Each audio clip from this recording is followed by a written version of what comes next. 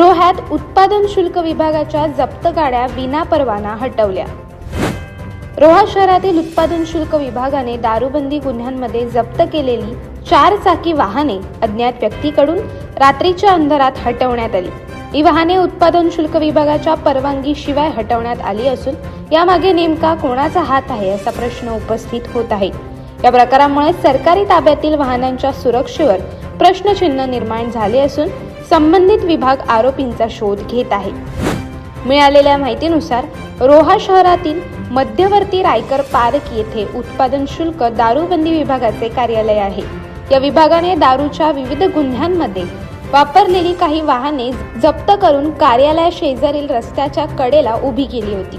ही वाहने गेल्या 5 ते 6 महिन्यांपासून तेथेच होती। मात्र काल रात्री अज्ञात इसमाने जेसीबीच्या सहाय्याने ही वाहने रस्त्यावरून विरुद्ध बाजूस ढकलून दिल्याचे उघड झाले।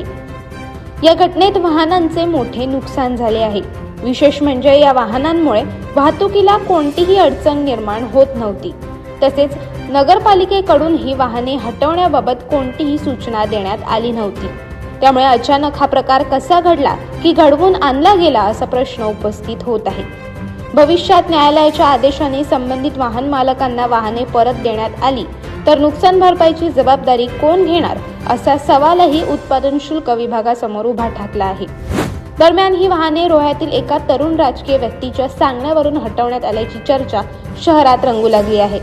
सरकारी ताब्यातील वाहनांवर अशी मनमानी कारवाई करण्यामागे नेमके कोणाचे पाठबळ आहे असा सवाल नागरिक उपस्थित करत आहेत। या संदर्भात उत्पादन शुल्क विभागाच्या सहाय्यक दुय्यम निरीक्षक अपर्णा पोकळे यांनी सांगितले की रस्त्यालगत उभी असलेली वाहने जेसीबीच्या सहाय्याने कोणी हटवली याचा शोध सुरू असून दोषींवर निश्चित कारवाई करण्यात येईल।